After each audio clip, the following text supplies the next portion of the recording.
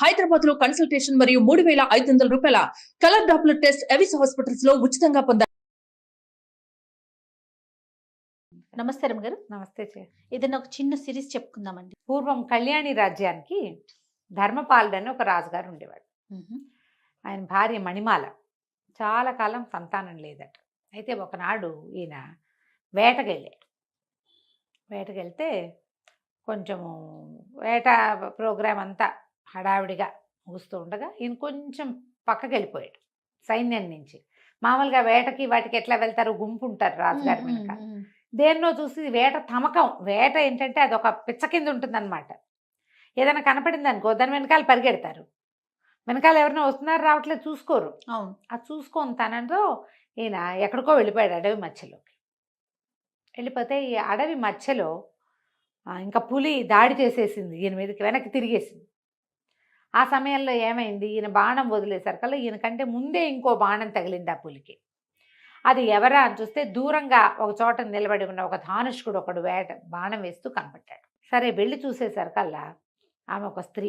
రాజుగారి ప్రాణాలు కాపాడింది. ఆవిడ సౌందర్యవతి, యవ్వనవతి, బాగుంటుంది.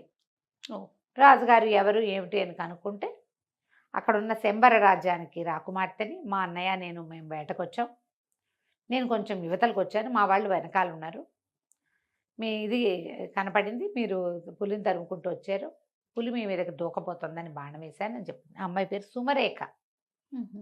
ఆవిడ అన్నయ్య రాజవర్మ. ఈయన ఆవిడ సౌందర్యానికి పడిపోయాడు. ఓకే. ఆమెను వివాహం చేసుకుంటానని అడిగాడు. అడిగేసరికల్లా ఈవిడేమంది, ఇట్లా కనపడంగానే పెళ్లి చేసేసుకుంటారా అంటే, కాదు నేను వివాహితుడినే, నేను రాజు ఇంకో 2-3 పెళ్ళిళ్ళు చేసుకోవచ్చు, నువ్వు నా ప్రాణాలు కాపాడావు, నీ సౌందర్యము నాకు నచ్చిందని ఆవిడ్ని తీసుకొచ్చాడు తనతో పాటు. తీసుకొచ్చి పెళ్లి చేసుకున్నాడు. ఆ కాలంలో ఇది మామూలే కాబట్టి రాణిగారు ఏమనలా. ఓకే. చాలా కాలం సంతానం లేరు, ఈవిడికి పిల్లలు పుడతారని ఊహించారు. ఈవిడ ఒక మాధవి అని ఒక మనిషిని అరేంజ్ చేసుకుంది. క్రమంగా పెత్తనం అంతా చేజెక్కించుకుంది బాగా. మణిమాలాదేవి ప్రశాంతంగా నిశ్శబ్దంగా ఉండేది. ఇంతలో ఒక కొత్త వార్త వచ్చింది. ఏమిటంటే ఇంతకాలం పిల్లలు లేని మణిమాలాదేవి గర్భవతి అయింది అని. ఇప్పుడు వీళ్ళకి తట్టింది, ఈ సుమరేఖకి ఆమె అన్నయ్యకి. ఇప్పుడు రాణిగారికి అంగరంగ వైభవంగా సీమంతం చేస్తారు. పొద్దున ఆవిడ కుమారుడు పుడితే వాడు రాజు అవుతాడు. అంతే. ఇప్పుడు రాజుగారి ప్రేయసే సుమరేఖ. ప్రియ భార్య కానీ ఉత్తరాధికారి కాదు. ప్రజలు ఒప్పుకోరు. రాజు ఇంకా మరి ఇప్పటిదాకా గర్భవతి కానీ సడన్గా సంతానం అనేసరికి సంతానం మీద వ్యామోహం ఎవరికైనా ఉంటుంది. రాజ్యానికి ఉత్తరాధికారి. దాంతో వీళ్ళకి ఏమనిపించింది, ఎలాగైనా ఈవిడ్ని తప్పించేసేయాలి. తప్పించాలని ఏం చేశారు, ఆ సైన్యాధిపతి, అతని పేరు ఏదో సమరపాలుడు లేదా సమర భూపతి అనుకుందాం, ఈయన ధర్మపాలుడు కదా, ఆ సమర భూపతికి ఒక ఉత్తరం వచ్చింది. ఏమని, మణిమాలాదేవి రాసింది, రాజుగారి ప్రవర్తన బాగుండలేదు, ఎక్కువగా ఆయన సుమరేఖతో గడుపుతున్నారు, మరి సుమరేఖ పరిస్థితి కూడా ఏదో, ఆ అమ్మాయి చాలా పెత్తనాలు అవి చెలాయిస్తుంది, ఒకసారి రండి మీతో మాట్లాడాలి అని రాణిగారు రాసినట్టు ఒక ఉత్తరం రాయించారు. ఉత్తరం చదువుకున్నటువంటి సమరవర్మ వచ్చాడు ఇక్కడికి, అంతఃపురానికి వచ్చాడు. ఈ ఉత్తరం పంపించే రోజుల్లోనే ఈవిడ రాజుగారికి చెప్పింది, ఏమిటో ఆవిడ గర్భవతి అని అదని, ఇన్నాళ్ళు కలగని సంతానం ఇవాళ ఎలా కలిగింది, మీరేమో ఎక్కువగా ఇక్కడ స్పెండ్ చేస్తున్నారు, అప్పుడప్పుడునే వెళ్తున్నారు ఆవిడ దగ్గరికి. ఆవిడ మీద కొన్ని మాటలు పుట్టినాయి. నా చెలికత్తెలు చాలామంది, నువ్వెవరితోటి మాట్లాడో మగవాళ్ళతో, మీ తోడుకోడలు అందరితోటి మాట్లాడుతుందని నాకు చెప్తున్నారు, సైన్యాధికారితోటి ఈవిడికి సంబంధం ఉందని రాజుకి హింట్ ఇచ్చింది. నేను నిరూపిస్తా, వీళ్ళిద్దరూ కలిసి ఉన్నప్పుడు నీకు నిరూపిస్తానని చెప్పింది. రాజు కొంచెం కాస్త ఆలోచిస్తున్నాడు, అవునా కాదా, ఇంతకాలం నుంచి కలుసున్నా, ఆవిడ చిన్నప్పుడే పెళ్ళయింది, ఆవిడ ఎప్పుడు అలాంటిది కాదు, ఇట్లా ఎందుకు వచ్చింది, ఈయనకి ఏమనిపిస్తుంది, నేను సుమరేఖతో ఎక్కువ గడుపుతున్నా, అందుకని ఈవిడేమైనా కొత్త వేషం వేస్తుందేమో అనిపించింది. ఈ ఉత్తరం చూసుకున్నటువంటి సమరవర్మ గారు వచ్చాడు. వచ్చి వాకిట్లో నుంచి లోపలికి అంతఃపురంలోకి ప్రవేశించాడు. సైన్యాధిపతి వచ్చాడు అనగానే మరి సహజంగా ఆయన ఎందుకు వచ్చాడో ఆవిడ లేచి వచ్చింది. వీళ్ళిద్దరూ ఓ గదిలోకి చేరేసరికల్లా రాజుగారు వచ్చేసారు. ఎవరెవరా ఇంత పని చేస్తావా, వీడిని బంధించండి అన్నారు. సైన్యాధిపతిని బంధించేశారు. రాణి గారిని చెడదిట్టాడు. ఆవిడ తెల్లబోయింది. ఇప్పుడే ఉత్తరం వచ్చింది, ఇప్పుడే అతను వచ్చాడు, ఉత్తరం కాదు ఇప్పుడే అతను వచ్చాడు, అతను ఎందుకు వచ్చాడో కూడా నాకు తెలీదు, ఇప్పటిదాకా ఏనాడు అతను వచ్చినవాడు కాదు, నువ్వు లేనప్పుడు నేను ఆయన కలవలేదు అని ఎంత చెప్పినా ఆయన వినిపించుకోలేదు. అతను ఉత్తరం చూపించడానికేమో ఉత్తరం లాగేసుకున్నారు అతని దగ్గర నుంచి. ఓకే. నేను ఉత్తరం చూసి వచ్చాను అని చెప్పినా కూడా రాణి గారిని అడిగితే నేనేం ఉత్తరం రాయలేదంటుంది. అతనేమో ఉత్తరం చూసి వచ్చానంటాడు. దాంతో అతన్ని బంధించారు, ఊరేశారు ఒక్క రోజులో. అయ్యో. సైన్యాధిపతి తిరగబడతాడు ఇక్కడ, అతన్ని తప్పించేశారు. మహామంత్రి కులశేఖరుడు ఆయన ఏమన్నాడు, మహాపతివ్రత మణిమాలాదేవి ఆవిడ చాలా ఉత్తమురాలు, ఇప్పుడు అతనికి శిక్ష విధించినట్టుగా ఈవిడికి విధిస్తే ఎట్లా, పైగా గర్భవతి, స్త్రీలను శిక్షించకూడదు మనం అంటే. ఈయన ఏమన్నాడంటే, ఒక సుమంత్రుడని ఒక వీడిని పిలిచి సైనికాధికారిని, ఈవిడిని అడవిలో దింపేసిరా, బతికితే బతుకుతుంది, పోతే పోతుంది అని. నేను పతివ్రతనని ఆవిడ పదే పదే చెప్తుంది. పతివ్రతమైతే బతుకుంటావు, లేకపోతే పోతావన్నాడు రాజు. ఈ సుమంత్రుడి దగ్గర గుర్రం ఎక్కించి పంపించేశారు. ఏం చేస్తుంది, గుర్రబండి ఎక్కించేశారు. వెళ్ళిపోతే అడవి మధ్యలోకి తీసుకెళ్ళి, కథ కూడా ఈ అడవి మధ్యలోకి వెళ్ళటం అదే మొదలు పెడతారనమాట. నేను తర్వాత కథ అంతా ముందు చెప్తున్నాను. అడవి మధ్యలోకి వెళ్ళి, ఇక్కడ ఎక్కడో చోట వదిలిపెట్టమన్నారమ్మా, ఇక్కడ దింపుతానంటే ఆవిడ బతిమలాడుతుంది, ఆయన నీ పుణ్యం ఉంటుంది, నీకు నేను తెలుసు, సైన్యాధిపతి తెలుసు, ఇట్లా ఎందుకు జరిగింది అనేది నాకు అర్థమే కావటం, నా ఊహకు అందటం లేదు, ఇక్కడ నన్ను దింపద్దు, ఈ నట్టడవిలో, ఈ అడవి చివర మా గురువుగారి ఆశ్రమం ఉంది, అక్కడ వదిలిపెట్టు అని చెప్పేసరికి ఇతను ఏం చేస్తాడు మరి, ఏం చేయాలి, గర్భవతి రాణిగారు, రాజుగారు ఆజ్ఞ ఉంటే మాత్రం సరే. ఇతను ఏం చేశాడు, అడవి మధ్యలో వదిలిపెట్టమన్న మాటని మింగేసి అడవి చివరి దాకా తీసుకెళ్ళాడు. అక్కడ ఒక ఋష్యాశ్రమం ఉంది. పోనీలే. సరే, ఆ ఋష్యాశ్రమం వెళ్ళి తలుపు కొట్టేసరికి ఆ తలుపు తీసి ఆయన నిర్ఘంటపోయాడు. ఇదేమిటమ్మా మణిమాలాదేవి, నువ్వు వచ్చావు ఏమిటంటే, ఆవిడ పరమ దుఃఖంతో, నేను వెళ్ళగొట్టబడ్డాను, నా చరిత్రకే కళంకం వచ్చింది, గర్భవతిని, అక్కడ ఇంకా సంతానం కలుగుతుందో లేదో తెలీదు, రాజ్యానికి ఉత్తరాధికారి శిశువు, నాకు ఏం చేయాలో తెలియక మీ దగ్గరకు వచ్చానని చెప్తాను.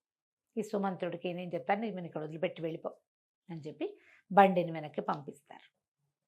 ఈవిడ పరమ దుఃఖంతో రాజుగా ఆయనకి చెప్తున్నాడు. ఆయన పారాయణ స్వామి ఆయన పేరు. ఆయన ఈ మణిమాలాదేవి తాలూకు పుట్టింటి ఆస్థాన గురువుగా ఉండేవారు. ఓహో. ఆయన ఇక్కడ ఉన్నాడని ఈవిడికి తెలుసు. ఇంకా ఆయన ఏం చేస్తాడు, సరే ఈవిడిని తన దగ్గర అట్టి పెట్టుకుంటాడు. చూద్దాం, మన అవకాశం కోసం చూద్దాము. సుమరేఖ ఇప్పుడు రాణిగా ఉంది, రెండో రాణిగా ఉంది. ఆమె అన్నయ్య చాలా మటుకు రాజ్యంలో తన ప్రతిభ చూపిస్తున్నాడు. ముందు నాటికి ఎట్లా ఉంటుందో, రాజ్యం వాళ్ళ చేతుల్లోకి వెళ్ళిపోతుందా, ఏమవుతుంది, ఆమెకు సంతానం కలిగితే జ్యేష్ఠుడిని వదిలిపెట్టి రెండో భార్య సంతానానికి అవకాశం ఇస్తారా, అదేమిటో తెలియదు. ముందు ఇన్నేళ్ల తర్వాత వచ్చిన గర్భం ఈ శిశువుని రక్షించుకోవాలి, ఇక్కడే ఉండిపోతుంది.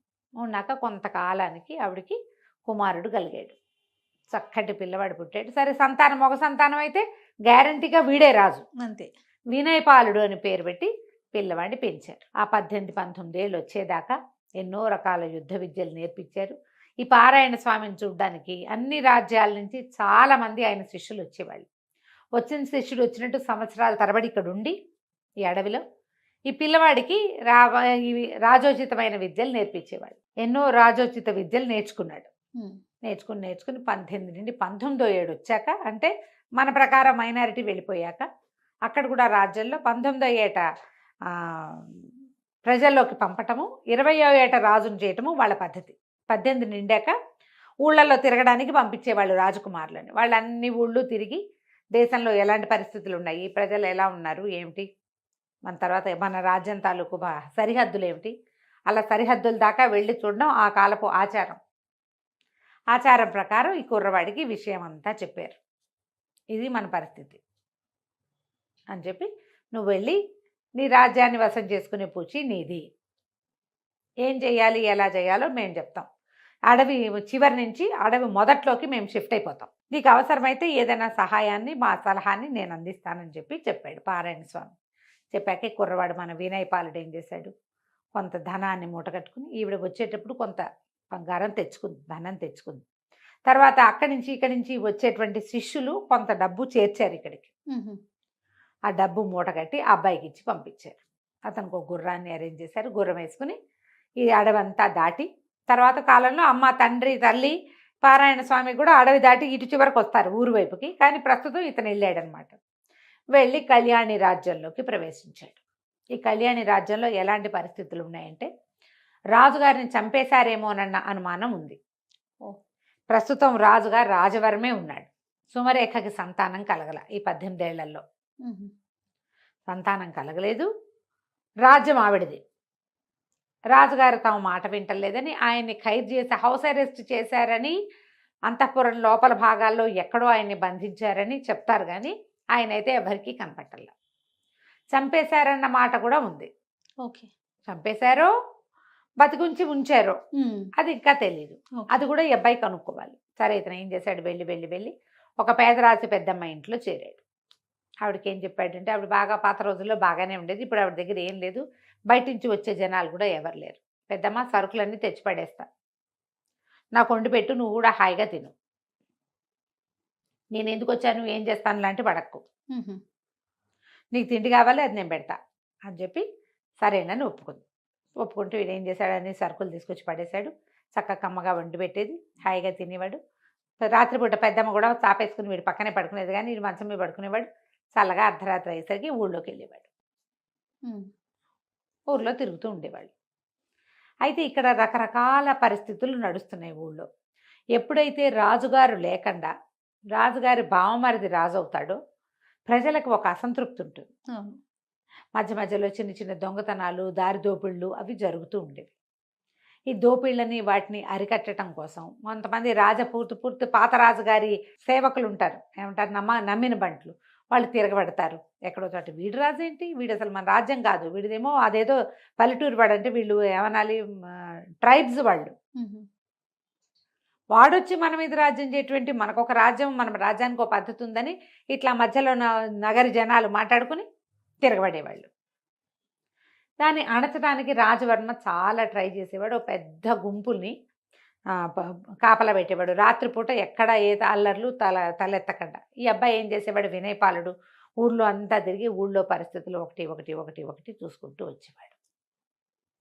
చాలా కాలం అడవిలో పుట్టి పెరగటం వల్ల, అడవిలోనే పుట్టి పెరిగాడు కదా, అక్కడే ఉన్నాడు కదా, అతనికి చిన్న చిన్న 4-5 రకాల ఆకుల్ని మిక్స్ చేసి వాటిలో నుంచి విషం తయారు చేయటము, మత్తుమందు తయారు చేయటము, అలాంటివి మంచి విద్యలు పట్టుబడి ఉన్నాయి వాడికి.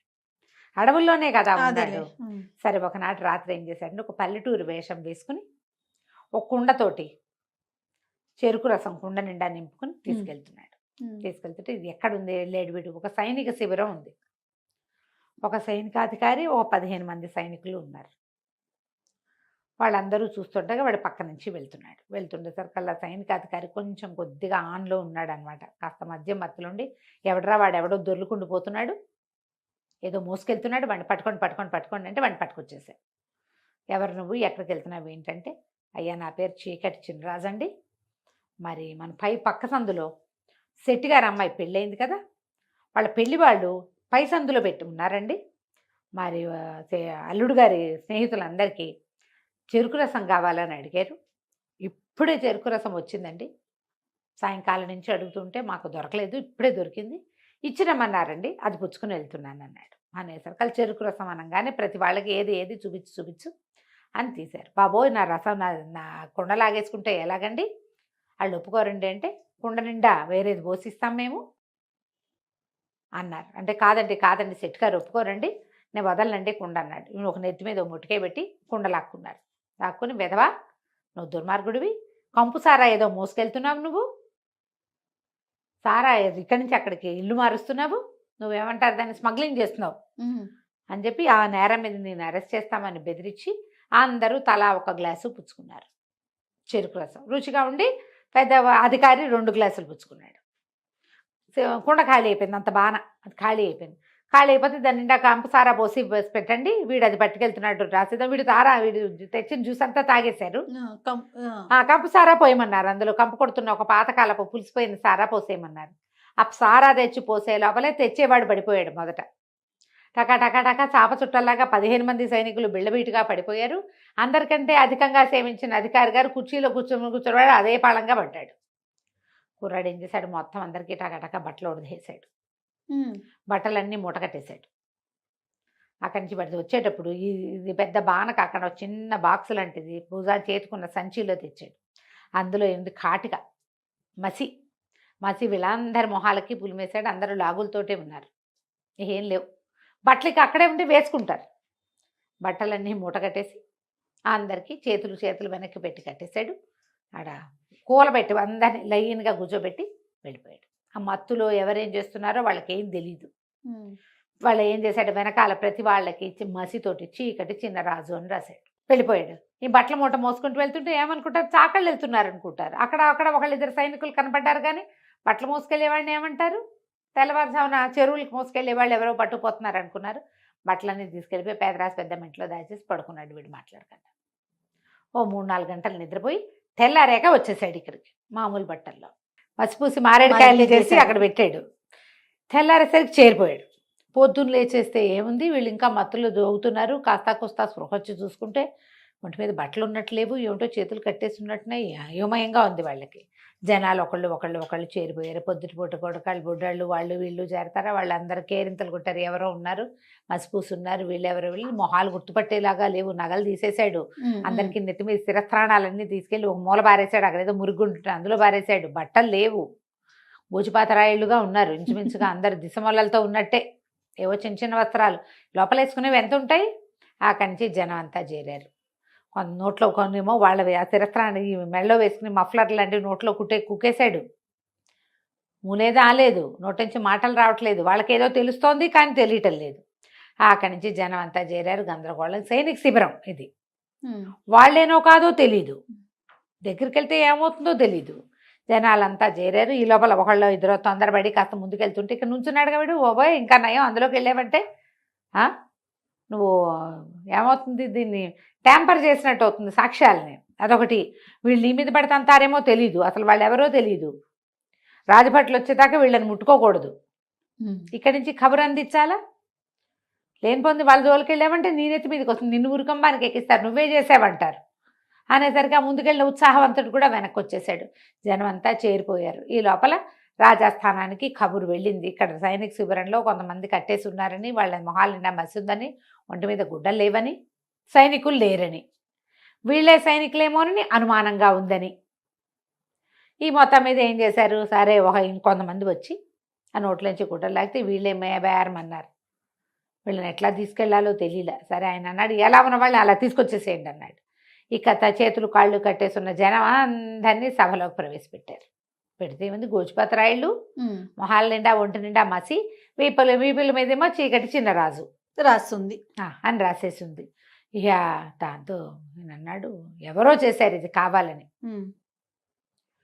ఏం తాగారు అనేది వీళ్ళు చెప్పలేకపోయారు. వీళ్ళు ఏం చేశారు, ఎవడో ఒకడు ఏదో తెచ్చాడు, అవి తాగామని చెప్పల.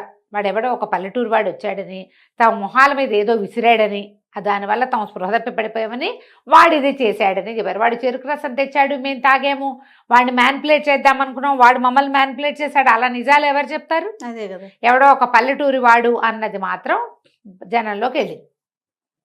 పల్లెటూరు వేషంలో ఉన్నాడు వాడు. అక్కడి నుంచి ఈయన అన్నాడు, సరే కాపలా పెంచండి, పల్లెటూరు వేషాల్లో పై ఊళ్ళ నుంచి వచ్చిన వాడు ఎవరైనా ఉన్నారేమో కనుక్కోండి, ఏ సత్రాల్లో మనుషులు ఎవరు దిగారో చూడండి అన్నారు.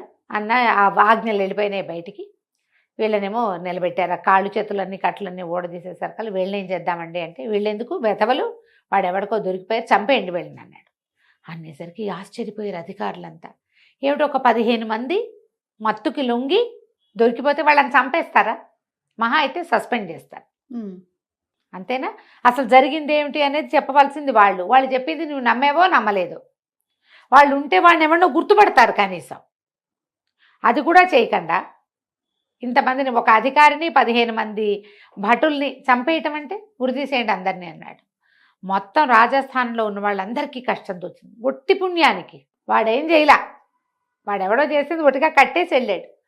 వీడికి రాజరికం తెలుసా? వీడికి రాజులు ఇట్లాంటి శిక్షలు వేస్తారు. ఈ 15 మందికి ఒక్కొక్కడికి ఒక్కో పటాలాన్ని ఇచ్చి ఊరంతా వెతకండి మీరు గుర్తుపడతారు కదా అనాలి. అది కూడా అంటల్లా వాడు. మా పరువు తీశారు కాబట్టి వీళ్ళని చంపేయాలంటాడు. పరువు తీసి వాడెవడికో దొరికారు. మొత్తం ఆస్థానం అంతా ఎదురు తిరిగిపోయింది రాజవర్మకి. అందరికీ మంట వచ్చింది. కానీ ఏమన్నా ఏమంటే వీడు ఏం చేస్తాడు? అవును, అక్కడి నుంచి రాజా అంతఃపురానికి వెళ్ళాడు. వెళ్ళేసరికల్లా చెల్లెలకి చెప్పాడు. ఎవడో చీకటి చినరాజు అని ఒకడు తయారయ్యాడు కొత్తగా విప్లవకారుడు, సైనికులందరికీ మసిపూసి చేశాడంటే ఈవిడేమంది, నువ్వేమిటి ఊళ్ళో తిరుగుతావు, నువ్వు రాజుగారికి ఎవరు ఫర్గా ఉన్నారు, నీకెవరు ఫర్ అవుతున్నారో చూసుకోవా, నేను అంతఃపురంలో ఉండేదాన్ని, ఇంకా బాగా చూసుకోవాలి. వీరవర్మ అని ఒకడు ఉండేవాడు, రాజుకి కుడిభుజంగా ఉండేవాడు, మన మహారాణిని వెడలంపేశాక కూడా రాజుగారి చుట్టూతా తిరిగేవాడు. అతనికి మనం ఈయన్ని అంతఃపురంలో బంధించేశామని చాలా మంటగా ఉంది. వాడెవరినైనా చేశాడేమో, ఇట్లా ఏర్పాటు చేశాడేమో, ఎవరైనా అతనే చేశాడేమో ఈ పని, ముందు అతన్ని బంధించు, అతన్ని చెరసాల్లో వేయి. భయపడతారు జనం.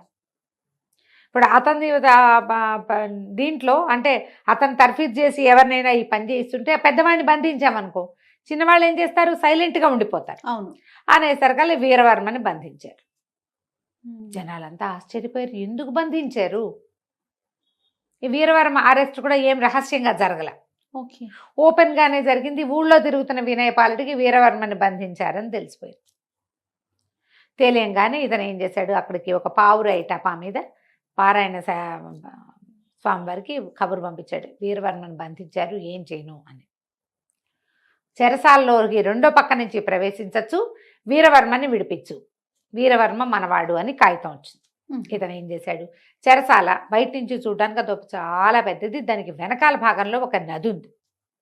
ఆ నది నిండా మొసళ్ళు ఉన్నాయి. ఆ మొసళ్ళు ఏంటంటే కొంత సమయం ఇట్లా పైకి వచ్చి విశ్రాంతి తీసుకుంటాయి. ఆ విశ్రాంతి తీసుకునే సమయంలో వెళ్ళగలిగితే ఒక రకం. ఎట్లా వెళ్ళాలి, ఏం చేశాడు, మాంసం కొనుక్కున్నాడు. బోళ్ళనే మాంసం ముద్దలు ఒక సంచిలో వేసుకుని సాయంకాలం దాకా ఆగి చీకటి పడేదాకా రాత్రి వేళ ఇక నది దాటడానికి ప్రయత్నం మొదలుపెట్టాడు. మాంసం ఉంది, ఒకవేళ మొసళ్ళు వస్తే ఒక మాంసం ముక్కేసి తప్పించుకోవచ్చు. అడి తిరిగి మొత్తానికి చెరసాల వెనక భాగంలో చేరాడు. వెనక భాగంలో చేరితే అక్కడ ఏం చేశాడు, తన దగ్గర ఒక చిన్న సాధనం ఉంది. రాత్రి ఇదంతా ఈదుకుని వెళ్ళేసరికి అలసిపోయాడు. రాత్రికి బాగా రాత్రి అయ్యేసరికి ఇక పడుకుని నిద్రపోయాడు. అక్కడి నుంచి ఏం చేశాడు, అర్ధరాత్రికి 1 గంట 2 గంటలకు మెలకు వచ్చాక చిన్న ఇంత ఇనప సాధనం తెచ్చాడు.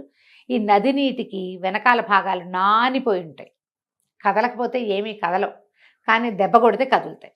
ఓకే, ఏం చేశాడు, అంత కొట్టి పెద్దదే దాంట్లోకి ప్రవేశించాడు. ఇతను ఎక్కడున్నాడో తెలియదు. వెళ్ళి చూస్తే ఎవరి దారిని వాళ్ళు నిద్రపోతున్నారు. దానికి చెరసాల మీద అతను కనుక్కున్నది ఏంటంటే, లోపల నుంచి బయటకు వచ్చే మార్గాలు లేవు కాబట్టి లోపల పెద్ద కాపలా ఉండదు, అక్కడోడు ఉంటారు. లోపల నుంచి బయటికి రావడానికి ఒకే ఒక పెద్ద దారి ఉంది, పెద్ద దారిలో 100 మంది ఉంటారు. రెండో దారి ఈ నది.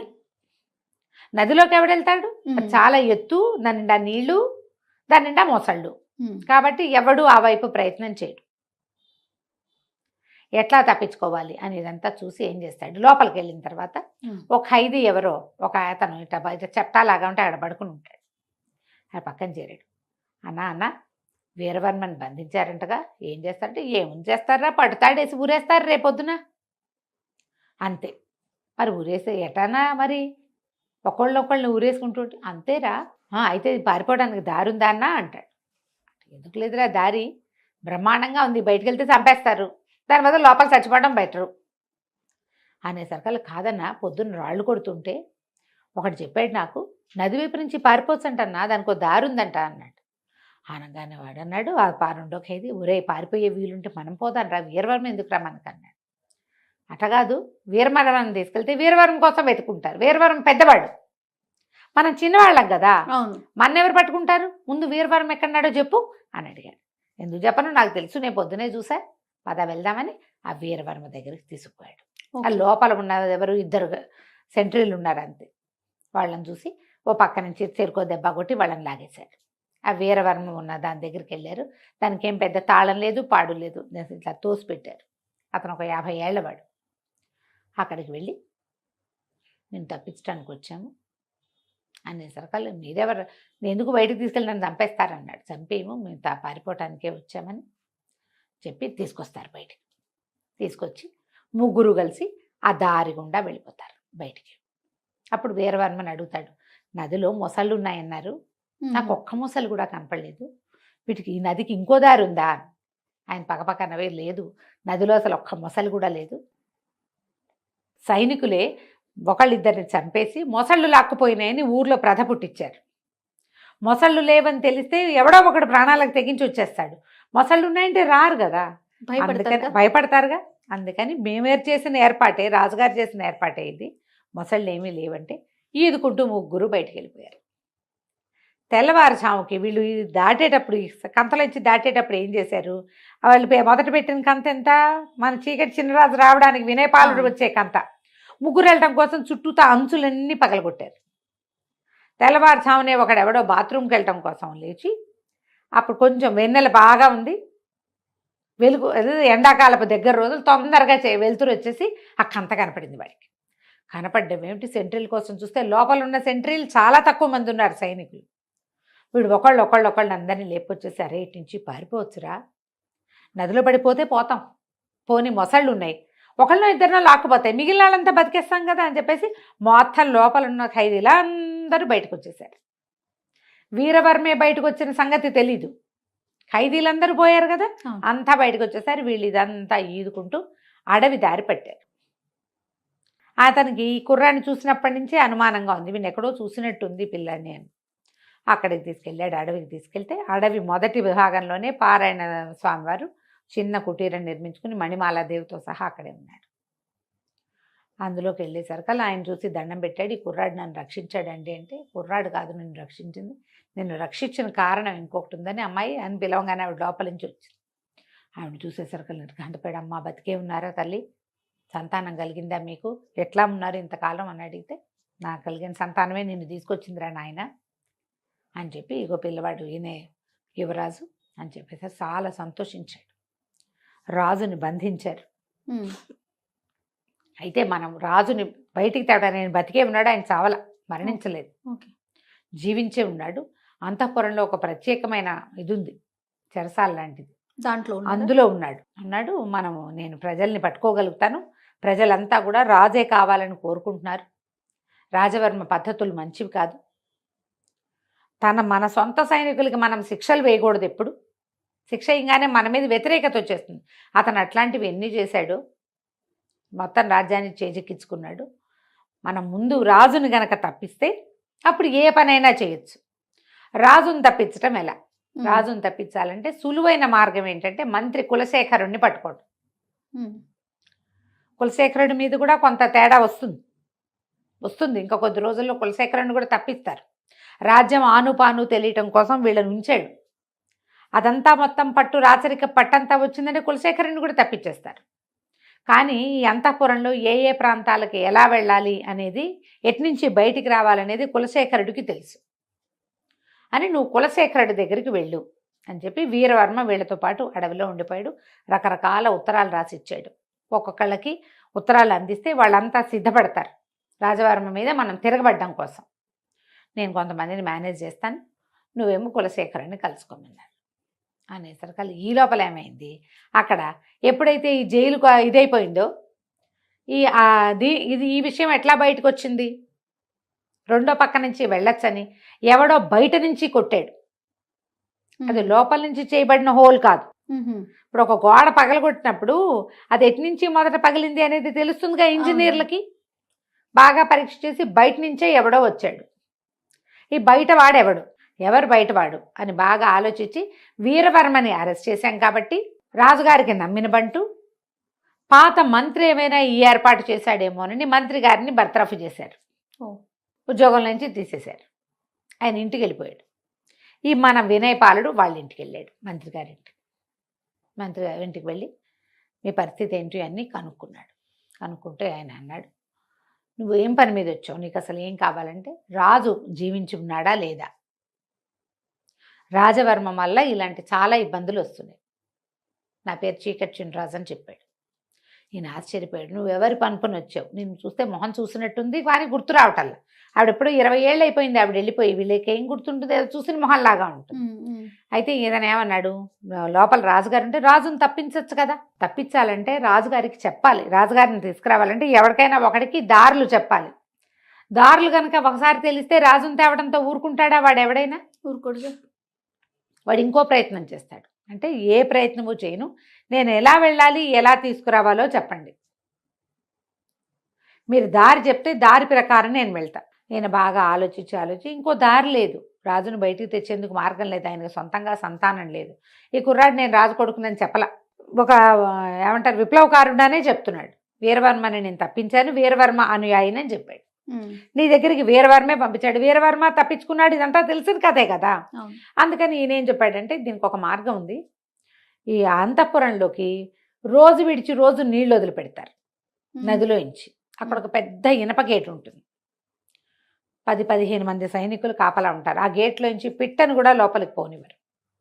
గేట్లు ఎత్తుతారు, ఇనప గేట్లు. ఇప్పుడు మన ఈ ఆనకట్టలకి ఎత్తుతారుగా రిజర్వాయర్లకి, ఆ ఇనప గేట్ ఎత్తినప్పుడు లోపలికి నీళ్లు వెళ్ళిపోతాయి. లోపల ఒక కొలను, తర్వాత వంట ఇంటి అవసరాలకి మొత్తం కావాల్సిన నీరంతా లోపలికి వెళ్ళి అవి నిండిపోగానే దారి మూసేస్తారు. రోజు విడిచి రోజు లేదా 2 రోజులకు ఒకసారి. ఆ దారి నుంచి చేపను కూడా రానివ్వరు. జల్లెళ్ళు ఉంటాయి, జల్లెడ ఉంటుంది, మనుషులు ఉంటారు. అదొక్కటే దారి లోపలికి వెళ్ళటానికి. ఆ దారి గుండా వెళ్ళొచ్చు. అక్కడి నుంచి ఒక ఇది గీసిస్తాడు అంటాడు, ప్రత్యేకంగా ఒక ప్లాన్ గీసిస్తాడు. రాజు ఫలానా చోట ఉంటాడు, నువ్వు ఈ దారి గుండా ఇలా వెళ్ళి ఇట్లా వెళ్ళి అక్కడికి వెళ్ళి ఆయన్ని తీసుకురావాలి. తీసుకొచ్చాక ఆయన్ని బయటికి తేవడానికి ఒక ప్రత్యేక మార్గం ఉంది. మార్గం మూసేయాలి మళ్ళీ. ఒక్కసారి ఆ మార్గం రాజవర్మ కానీ ఒక్క సైనికుడికి తెలిసినా కష్టం.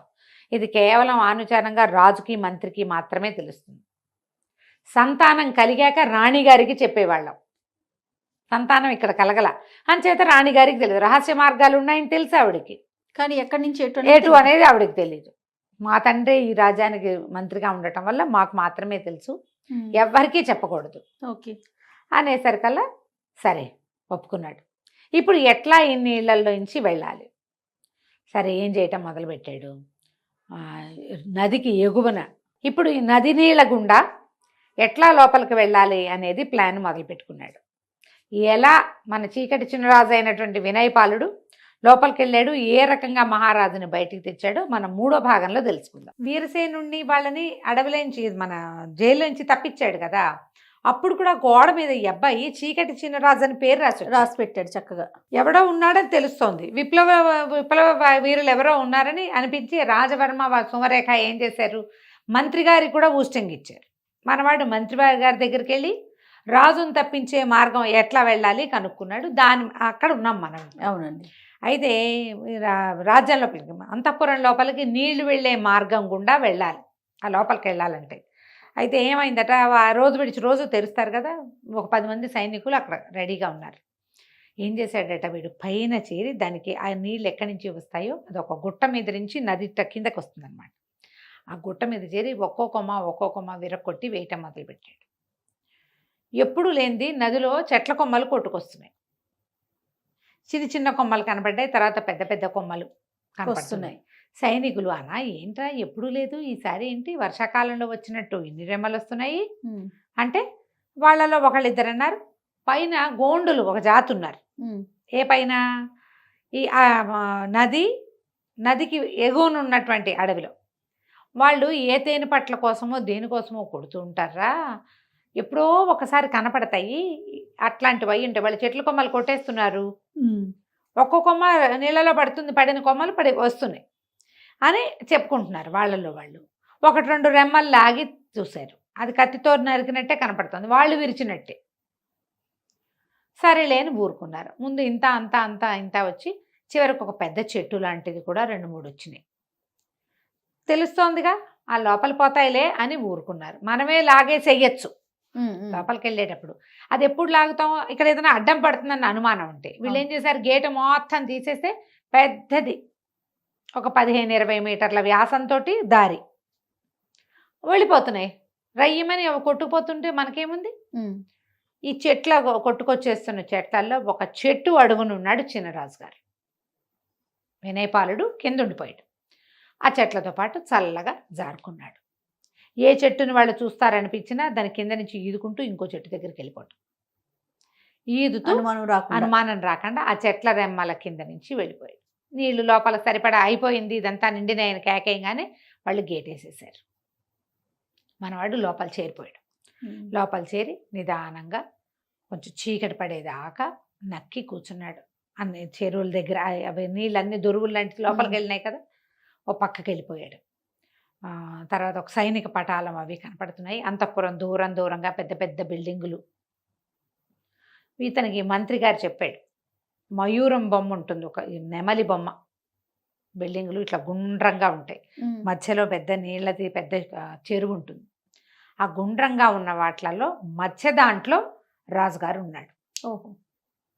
దాని మీద ఒక నెమలి బొమ్మ ఉంటుంది. చూసుకున్నాడు. అది అది ఇప్పుడు రాత్రి చూడలేడుగా, సాయంకాలమే వెళ్తుండగానే చూసి పెట్టుకోవాలి. పెట్టుకుని దారి అంతా చూసి పెట్టుకున్నాడు. బాగా చీకటి పడ్డాక ఇది మొత్తం సైనిక పటాలంతా లోపల అంత పహరా ఉండదు. అవును, ఎప్పుడు కూడా బయట ఉంటుంది. లోపల ఏముంది, ఆ వేళ అవగానే సాయంకాలం అయ్యేసరికల్లా ఎవరి దారిని వాళ్ళు ఏ స్తంభాల పక్కన చేరి మెల్లిగా కునికేస్తూ ఉంటారు. అవసరాలు ఉండవు కదా, పిలిస్తే వస్తారు. ముందంతా ఫుల్గా దేదీప్యమానంగా దీపాలు ఉన్నాయి. సాయంకాలం అయ్యేసరికి పెట్టారు. రాత్రి 10 అయ్యేసరికల్లా పై ఎత్తునున్న దీపాలన్నీ ఉఫ్ అని పొగగొట్టాలతోటి ఆపేశారు. చిన్న చిన్న దీపాలు కనపడుతున్నాయి. ఆ దీపాల వెలుగులో పిర్రాడు అడవిలో ఉండటానికి అలవాటు పడి ఉన్నాడు కదా, వాడు చీకట్లో నడవగలడు. నడుచుకుంటూ మెల్లిగా ఆ భవనంలోకి వెళ్ళాడు. వెళ్తే ఇంకా లోపలికి అలా లోపల ఒక్కొక్క కక్ష దాటుకుంటూ వెళ్తే లోపల ఒక జైలు లాంటి విభాగం కనపడుతుంది. ఏవో రాచరికపు బట్టలోనే బక్క చిక్కి సన్నగా అయిపోయినటువంటి రాజును చూశాడు కుర్రాడు. తండ్రిని చూసి దగ్గరికి వెళ్ళాడు. దగ్గరికి వెళ్ళేసరికి ఆయన అన్నాడు, ఎందుకురా ఇట్లా చంపుతారు, ఒకేసారి చంపేయండి నన్ను. మహారాణిని మంచిది, మహాపతివ్రత మణిమాలాదేవికి చేసిన ద్రోహానికి నాకు సరిపడా శిక్ష వేశారు భగవంతుడు. గుర్తించాడు. నన్ను చంపేసేయండి ఒకేసారి అంటే తన కుర్రాడు అన్నాడు, అబ్బాయి చంపేయటానికి కాదండి, మిమ్మల్ని తప్పించడానికి వచ్చాను అన్నాడు. అనేసరికి ఆయన ఒప్పుకోలే. నన్నేటా తప్పిస్తావు నువ్వు? తప్పిస్తామని బయటికి తీసుకెళ్ళి చంపేయడానికి ఎత్తేసాడా రాజవర్మ? నేను నీతో రానన్నాడు. రానంటే కాదండి, మీరు అర్థం చేసుకోండి, నేను వీళ్ళ ద్వారా రాలేదు. వీరసేనుడు మీ నమ్మిన బంటు అతన్ని బంధించారు, అతన్ని నేను విడిపించాను. మీరు లోపల ఈ కక్షలో ఉన్నారనే సంగతి ఎవరికి తెలుసు అంటే వీరసేనుడికి తెలుసు, కులశేఖరుడికి తెలుసు, మంత్రికి అన్నాడు. వాళ్ళిద్దరికీ నేను తెలుసండి. వీరసేనుడి ద్వారా నేను కులశేఖరుడి దగ్గరికి వెళ్ళాను. కులశేఖరుడు చెప్పాడు మిమ్మల్ని తప్పించడానికి మార్గం, మీరు ఇక్కడ ఉంటారని చెప్పాడు. వీళ్ళిద్దరి పేర్లు చెప్తే మీకు అర్థమవుతుందని వాళ్ళ పేర్లు చెప్తున్నాను, నాతో రండి, మిమ్మల్ని బయటికి తీసుకెళ్ళిపోతాను అన్నాడు. అనేసరికల్లా రాజు, నిజంగా నువ్వు నన్ను చంపన్నాడు, మీ మీద ఒట్టండి, నేను అట్లాంటి పని ఏం చేయను, వెళ్తా పదండి. కాకపోతే నాకు లోపలికి వచ్చే దారి చెప్పాడు, బయటికి వచ్చే దారి మీకు తెలుసు అన్నాడు. అదొక రహస్య ద్వారం ఉంది, మీరు అడవిలోని గుహల్లోకి వెళ్తారు, ఆ ద్వారాన్ని తెరవండి, మనం అక్కడికి వెళ్దామన్నాడు. అనేసరికి రాజు ఒప్పుకోలే. నేను అట్లా చెప్పకూడదు, కులశేఖరుడికి బుద్ధి లేదా, ఎట్లా చెప్పాడు నీకు ఈ రహస్య ద్వారాన్ని? అది కేవలం రాజుకి మంత్రికి యువరాజుకి తెలియచ్చు, నువ్వెవడివో నీకు తెలియటానికి వీల్లేదు. అనేసరికల్లా నేను మిమ్మల్ని తప్పించలేనండి, మరి మీరు లోపల ఉన్నారు, నేను లోపలికి వచ్చా, బయటికి వెళ్ళే మార్గం లేదు, నాకు బయటికి వెళ్ళే మార్గం తెలీదు, అది మీరు చెప్తారని కులశేఖరుడు నన్ను నమ్మించి పంపించాడు. అనేసరికి చాలాసేపు బతిమలాడి వాదోపవాదాలు అయ్యాక ఆయన ఒప్పుకున్నాడు. ఒప్పుకొని ఏం చేశాడు, ఈ భవనంలోంచి బయటికి వెళ్ళేందుకు ఆయనకు అనుజ్ఞ లేదు. ఇప్పుడు ఇట్లా గుండ్రంగా ఉన్న భవనాల్లోంచి ఆ మధ్య దాంట్లోంచి వచ్చాడు కదా, నెమలి పింఛన్లో మిడిల్లోంచి వచ్చాడు. ఆ మిడిల్లోంచి వచ్చి ఎక్కడి నుంచి నీళ్ళు వస్తాయో దానికి పక్కగా ఉన్నటువంటి ఒక గోడ దగ్గరికి తీసుకెళ్ళి ఆ గోడ దగ్గర కొన్ని రాళ్ళు ఇలా పేర్చి తమాషాగా ఉంది, ఈ రాళ్ళన్నీ తీయన్నాడు. ఆయన ఓపిక లేదు, బక్క చిక్కిపోయి కూడా ఉన్నాడు, ఆహారం తక్కువ, పైగా బెంగతోటి ఉన్నాడు కదా. కుర్రాడు రాళ్ళన్నీ తీసేసరికి అక్కడ చిన్న ఇత్తడి మీట లాంటిది ఉంది. ఆ పొడి పని కదిపేసరికి ఆయన అన్నాడు, ఒకవేళ ఇట్లా కనుక మనం చేస్తే వాళ్ళు ఎవరైనా పసిగట్టారంటే అందులోకి వచ్చేస్తారంటే, కాదు రాదు, నేను మొత్తం అన్నీ సరిచేసి వస్తానన్నాడు. ఆ పొడి పని నొక్కేసరికల్లా ఆ గోడ పూర్తిగా ఓపెన్ అయిపోయింది. సరే అందులోకి ప్రవేశించాక ఈయన అన్నాడు, ఇది రాళ్ళన్నీ యథాతథంగా మూసేసేయాలి నువ్వంటే. వీడు లోపల వైపు ఉండి బయట రాళ్ళన్నీ ఒకటి లాక్కుంటూ అన్నీ పూర్వం ఎట్లా ఉందో అట్లా పేర్చేసాడు. చీకటిగా ఉన్న ఆ దారిలో ఈ రాజుగారిని వేసుకుని నడవటం మొదలుపెట్టాడు. నడవగా అది ఎవ్వరు మనుష్య సంచారం ఉన్న దారి కాదు, ఒక గుహ లాంటిది. ఓకే. వెళ్ళగా వెళ్ళగా అది నది పక్క నుంచి ఉందన్నమాట. వెళ్ళేసరికల్లా అడవి లోపలికి వెళ్ళారు. ఇంకా పెద్ద పైకి వెళ్తే ఒక కొండ శిఖరం లాంటిది వచ్చింది. ఆ కొండ మీదకి ఎక్కించారు. అక్కడ ఒక పెద్ద గుహ ఉంది. ఆ గుహలో వీరసేనుడు, కులశేఖరుడు ఇద్దరు ఉన్నారు. రాజు ఆశ్చర్యపోయాడు, ఇద్దరిని కావలించుకున్నాడు. ఇది ఎట్లా జరిగింది, ఎట్లా రాగలిగారు, నన్ను ఎట్లా తప్పించారు? ఈ అబ్బాయి ఏం చేశాడు, ఆయన అక్కడికి ప్రవేశపెట్టి తన దారిని తను వెళ్ళిపోయాడు. రాజును వాళ్ళు లోపల తీసుకుపోయారు.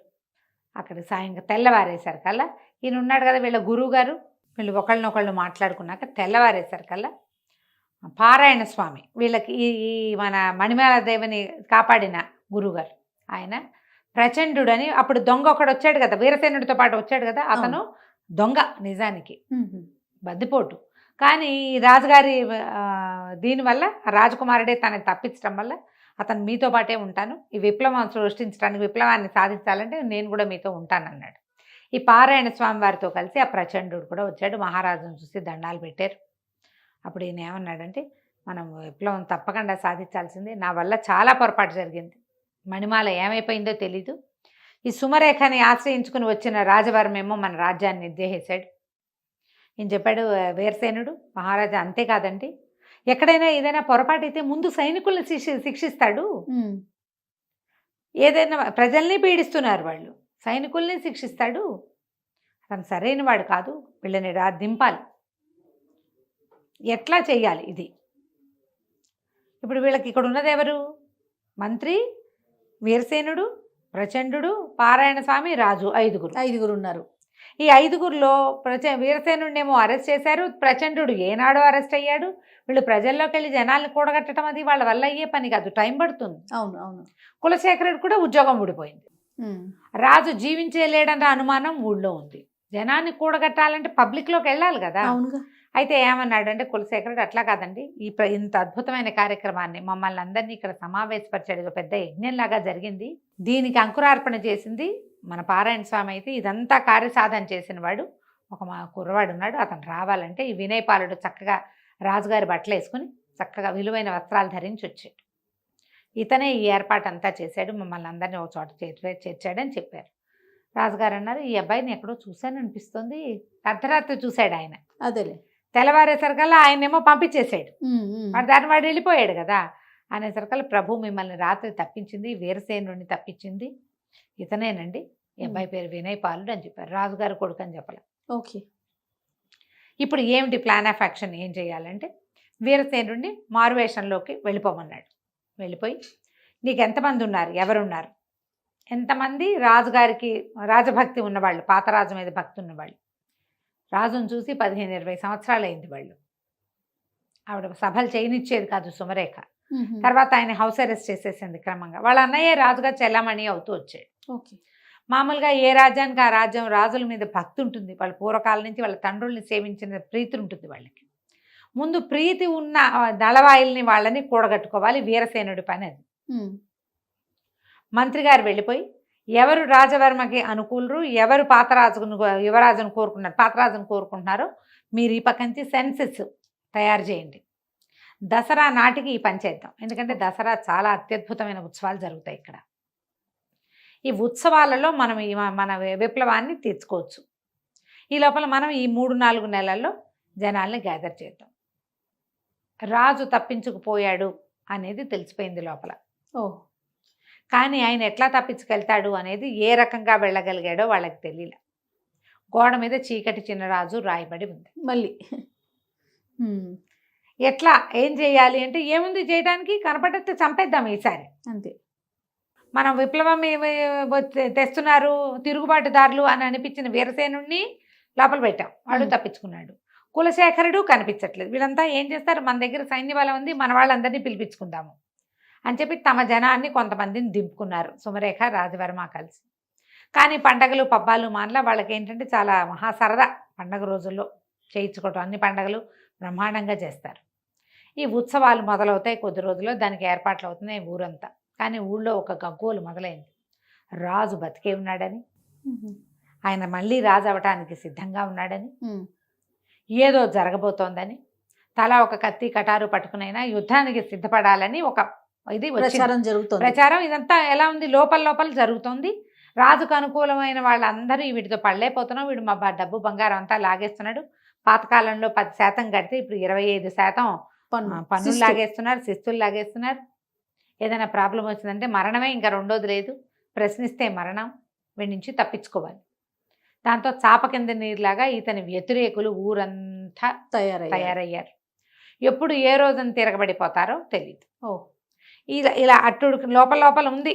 వీళ్ళు ఏమనుకుంటారంటే మన దగ్గర సైన్య బలం ఉంది, డబ్బిచ్చి జనాల్ని కూడగట్టుకుందామని వీళ్ళు ఇంకా కొంచెం సైనికులకి జీతాలు భత్యాలు అన్నీ పెంచి, వీళ్ళేం చెప్తున్నారంటే జీతం ఇస్తే తీసుకో, సమయం వచ్చినప్పుడు తిరగబడు అంతే.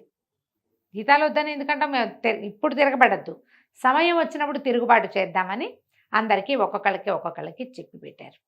రకరకాల వ్యవహారాలు నడుస్తుండగా దసరా పండగ వచ్చేస్తుంది. ఎలా చేయాలి? దసరా పండగ వచ్చింది. దసరా పండగ అప్పుడు ఉత్సవాలు జరుగుతాయి. ఆ ఊళ్ళో కళ్యాణిలో ఉత్సవాలు ఉంటాయి. ఊరంతా ఉత్సవ సంరంభంలో ఉంది. ఈ లోపల నుంచి దారులు తెలిసిన కులశేఖరుడు, అతనితో పాటు వీరసేనుడు, తర్వాత ప్రచండు, యువరాజైన వినయపాలుడు. యువరాజని రాజుగారికి తెలియదు, కానీ వీళ్ళు ఏం చేశారంటే రహస్య ద్వారాల గుండా కోటలోకి ప్రవేశించారు. ఓకే. ఈ దీంట్లో ఏంటంటే ఆ రోజున చిన్నవి ముఖాలకి చిన్న కవర్లు వేసుకునేది, ఒక రకమైన ఏమంటారు మన ముఖ కవచాలు వేసుకునే పద్ధతి ఉంది. అందరూ కూడా రకరకాల రాక్షసుల ముఖాలు అట్లా వేసుకుని తిరుగుతున్నారు. ఆ వేషాల్లో వీళ్ళు వచ్చేసారు. అక్కడి నుంచి వీళ్ళకి ఎవరెవరు రాజుగారికి అనుకూలంగా ఉన్నారని అనిపించిందో వాళ్ళందరినీ మీరు ఊరేగింపులో మొదటి లైన్లో ఉండండి. ఓకే. ముందు సైనికులు ఉంటారు ఒక లైను, వాళ్ళ తర్వాత వరుసగా బారులుగా ఉంటారుగా. ఫస్ట్ లైను ఆయుధదారులు ఎవరున్నారో వాళ్ళ వెనకాల ఉండాలి. సపోర్టర్స్ వెనకాల ఉంటారు, కారము మందులు రంగులు అందించే వాళ్ళు వెనకాల ఉంటారు. వరుసగా ఏమి లేరు వాళ్ళు, అంతమందిని వీళ్ళు గ్యాదర్ చేయలేరు, కొంతమందినే చేయగలిగారు. ఎవడు ఆయుధాన్ని ప్రయోగించగలను అని నమ్ముతాడో వాడు ఏం చేయాలి, సైనికులు వెనకే ఉండాలి. అనగానే సైనికుడిని పడగొట్టేసేటట్టు. సైనికులు కూడా ఎవరో కాదు, వాడు ఏమైనా గొడవ చేస్తే కొట్టడానికి. ఓకే. వీళ్ళ వాళ్లే కదా వాళ్ళు కూడా. సుమరేఖ తాలూకు పుట్టింటి నుంచి వచ్చిన రాజవర్మ పాత సైనికులు కొద్దిమందే. మిగిలిన వాళ్ళంతా పెద్ద పెద్ద జీతాలతో ఇక్కడ లొంగదీసి ఉంచుకున్న వాళ్ళు, భయపెట్టి ఉంచుకున్న వాళ్ళు, రాజదండనకి భయపడిన వాళ్ళు, ఏదో ఉద్యోగం చేసినా చేయాల్సిందేనని భావించేవాళ్ళు. ఈ గుంపు జనాభా చాలామంది ఉన్నారు. ఎప్పుడైతే సరే వీళ్ళేమో కోట లోపలికి ప్రవేశించారు. వీళ్ళ దగ్గర ఏం చేశారు, వీళ్ళు అడవిలోంచి ఒక ప్రత్యేకమైన చెట్టు ఆకుల్ని ఎండబెట్టి పొడి చేసి ఉంచుకున్నారు. దానికి ముఖానికి కవచం లేకపోతే తుమ్ములు దురదలు వస్తాయి. ఓహో. ఈ దసరా పండగ రోజున ఉత్సవం నాడు అపరాజితాదేవిని ఊరేగించి చెరువులో కలుపుతారు, నదిలో. ఆ రోజున వసంతం చల్లుతారు, బుక్కాలు చల్లుతూ ఉంటారు. ఊరంతా రంగులమయంగా ఉంది, అంతా రంగులు చల్లుతున్నారు. వీళ్ళేం చేశారు, ఈ పైకి వచ్చిన వాళ్ళ నలుగురు చేతుల్లోనూ వసంతం ఉంది. ఈ వసంతంలో వీళ్ళు ఆకుపొడి కలిపేశారు.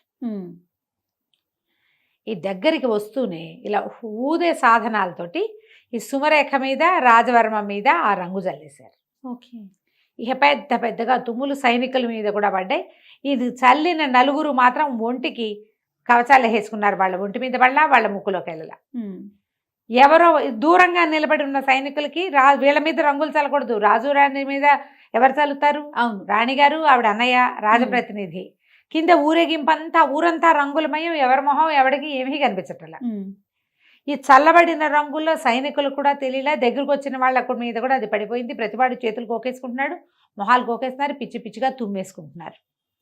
వీళ్ళ మీద ఎవరో రంగులు చల్లారని చుట్టుపక్కల దూరంగా ఉన్న సైనికులు పరిగెత్తుకొచ్చారు. పరిగెత్తుకొస్తే ఈ నలుగురు, ఇప్పుడు తుమ్మేవాడెవడో తుమ్మని వాడెవడో తెలియదు ఆ గుంపులో, అంతే. వాళ్ళ మీద పడి చాలా మంది వీళ్ళని పట్టేశారు. ఆయనకి వాళ్ళకి అంగరక్షకులుగా ఉన్న వాళ్ళందరినీ పడుకోబెట్టేశారు వీళ్ళు.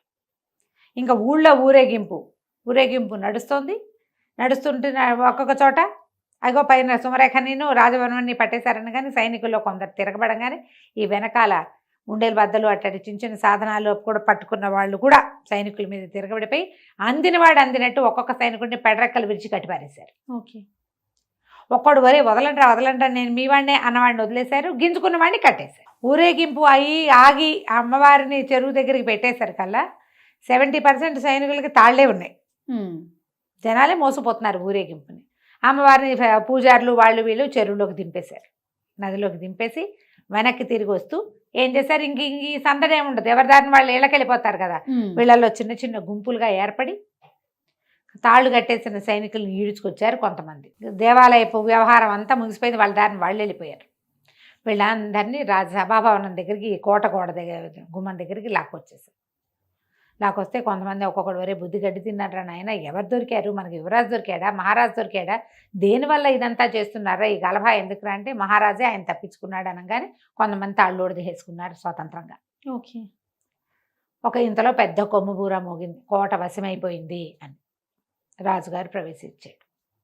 అన్ని సంవత్సరాల తర్వాత రాజు నా కోట కోడ మీద చూస్తుంటే సంతోషించారు. ఆయన గడ్డం మీసని నెరిసిపోయినాయి, తలకాయ ముగ్గుబుట్టు అయిపోయింది, ఉంగిపోయాడు మనిషి. మరి 20 సంవత్సరాలు అయిపోవాలా. పిల్లలు కూడా లేటుగా పుట్టాడు ఆ పిల్లాడు, ఈయన 50 దాటిపోయినాయి. ఓకే. అందరూ కేకలు పెట్టారు, సంతోషించారు. అక్కడి నుంచి అంతా సభాభవనం మొత్తం తెరిచేశారు, అన్ని గేట్లు లోపలికి ప్రవేశపెట్టారు. సుమరేఖను కూడా పట్టేశారు. ఆవిడ మొత్తం రాజుగారి పూర్వోత్తరపు నగలన్నీ వేసుకుని తయారైంది ఊరేగింపు చూడడానికి. నగలన్నీ ఒలిపించి తీసుకొచ్చేసారు. సుమరేఖని రాజవర్మని ఇద్దరిని పట్టుకొచ్చాక ఈవిడ్ని అడవిలో వదిలిపెట్టేయండి కట్టుబట్టలతోటి, రాజవర్మని వధించండి. ఇక వాళ్ళకేం ఆసరా లేదు. ఎవరెవరు సైన్యాన్ని తెచ్చుకున్నారో వాళ్ళందరినీ ఊచకోత కోసేశారు. అవతల నుంచి వచ్చారు కదా, వాళ్ళలో కొంతమందిని వదిలిపెట్టినా యువరాణితో యువరాణితో వెళ్ళిపోతారని వదిలిపెట్టా వాళ్ళు మళ్ళీ తిరుగుబాటు చేయొచ్చు. వాళ్ళలో కొంతమంది తిరగబడ్డప్పుడే కొట్టేశారు. అంతేగా, పడుకున్న వాళ్ళు పడుకున్నారు, చచ్చిపోయిన వాళ్ళు చచ్చిపోయారు. అందరినీ పట్టేసుకున్నారు. అప్పుడు ఈ మొత్తం జనం అంతా చేరారు. ఆయన చెప్పాడు, నా పొరపాటు వల్ల, సౌందర్యం పట్ల వ్యామోహం వల్ల నేను సుమరేఖకి లొంగిపోయాను. ఆమె చెప్పిన మాట విన్నాను. అన్యాయంగా గర్భవతి అయిన మణిమాలాదేవిని పంపించేశాను. ఆమె జీవించిందో, ఎవరన్నా చిరంజీవి జన్మించాడో లేదో కూడా మనకు తెలియదు. అత్యంత విశ్వాసపాత్రుడైన సైన్యాధిపతినేమో ఉరిదించాము. ఆ తర్వాత ఇంకా నాకు కూడా జీవితేచ్చిపోయింది. ఒక అనాసక్తి మొదలయ్యాక వీళ్ళు నన్ను అందులో బంధించేశారు. రాజ్యంలో మా తాత ముత్తాతల నుంచి వస్తున్నటువంటి సిస్టమ్ని కూడా వీళ్ళు మార్చేశారు. వాళ్ళ ఊళ్ళలో ఏం చేస్తారో అదే చేశారు. అదే ఇక ఈ పొరపాటు జరగదు. కానీ మణిమాల ఎక్కడుందో తెలిస్తే బాగుంటుందంటే వీళ్ళు మహామంత్రి చెప్పాడు, మణిమాలదేవి ఎక్కడుంటుంది ప్రభు, అంతఃపురంలోనే ఉంది, పదండి అని తీసుకెళ్తే ఇక ఆశ్చర్యపోయాడు భార్యను చూసి ఆయన. ఆవిడ పెద్దదయ్యింది, మరి భార్యను కావలించుకున్నాడు, చాలా సంతోషించాడు. సంతానం కలిగింది, అమ్మాయి పుట్టింది, అబ్బాయి పుట్టాడు అని అడిగితే అప్పుడు వినయపాలుడిని ప్రవేశపెట్టారు. మిమ్మల్ని తప్పించిన వాడు, ఈ రాజ్యానికి మళ్ళీ మిమ్మల్ని రాజుగారు రప్పించినవాడు మీ కుమారుడే. పారాయణ స్వామి వారు ఇది చేయగలిగారు. అడవిలో ఆ చివరున్న ఆయన దగ్గరికి అప్పుడు మొట్టమొదట సుమంత్రుడు ఈవిని తీసుకెళ్ళాడు కదా, అతను చెప్పాడు, నేనే పారాయణ స్వామి వారి ఆశ్రమంలో దింపాను.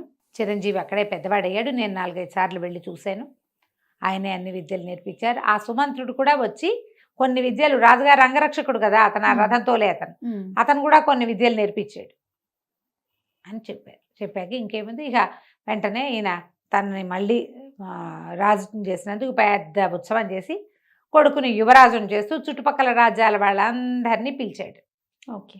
పిలిచేసరికల్లా వాళ్ళలో బోళ్ళంతమంది మా అమ్మాయిని ఇస్తాం, మీ అబ్బాయి 20 ఏళ్ల వాడు, వివాహయోగ్యమైన వయసే కదా, యువరాజు అయ్యాడు, రేపెప్పుడో మహారాజు అవుతాడు, పైగా ఇంత ప్రబంధాన్ని నడపగలిగిన వాడు రాజ్యాన్ని నడపలేడు, మా పిల్లని ఇస్తామని కోట్లు కట్నం ఇస్తామని, అర్ధరాజ్యం ఇస్తామన్న వాళ్ళు కొంతమంది, మొత్తం రాజ్యం ఇచ్చేస్తామన్న వాళ్ళు కొంతమంది.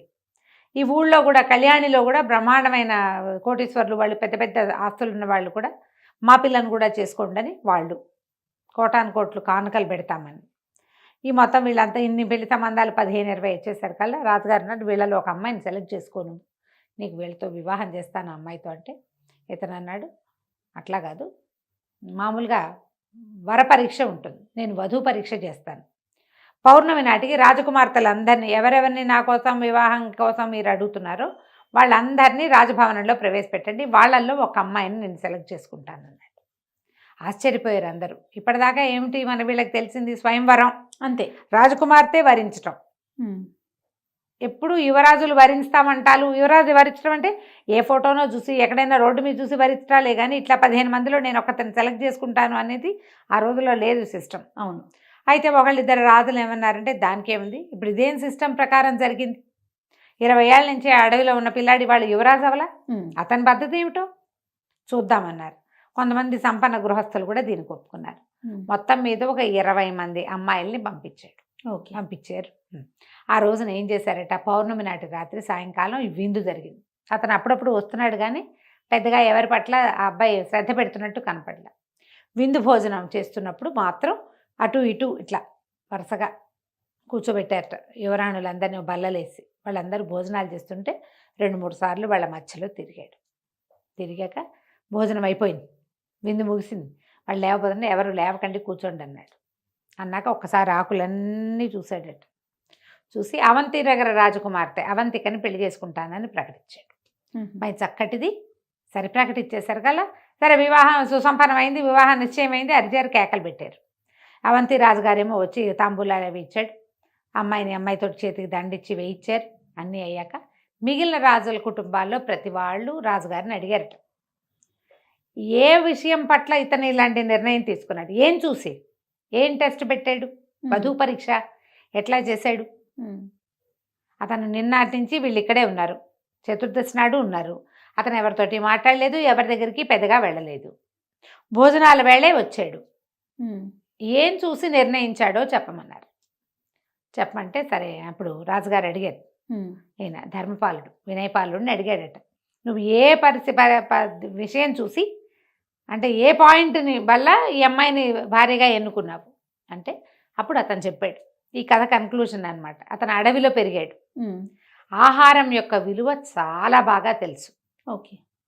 అడవిలో భోజనాలు చేసేవాళ్ళు మనకు వల్ల ఇంత వండుకుంటారా, కావాల్సింది వండుకుంటారు. చెట్లకు 100 కాయలు కొయ్యరు, ఒక కాయ కోసం తిని 2-3 కాయలు తిన్న కడుపు నిండాక ఇంకా కాయలు కొయ్యరు. అవునా? అవును. జాగ్రత్తగా ఉంటారు. అన్నీ కోసుకొచ్చి ఫ్రిడ్జ్లో పడేసి ఆ పద్ధతి కాదు కదా అసలు.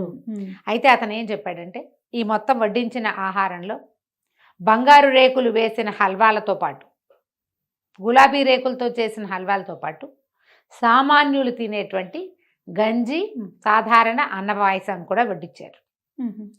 చాలామంది ఏం చేస్తారంటే ఇష్టం ఉన్నా లేకపోయినా అన్నీ వడ్డించుకుంటారు, పారేస్తారు, ఎక్కువ వదిలిపెట్టేస్తారు, తోసేస్తారు. రుచి చూసి కాస్త ఇంతుంటే అంత బాగుండకపోయినా ఆ కాస్త తినేసేవాళ్ళు కొంతమంది అయితే అది తినరు, ముట్టుకోరు.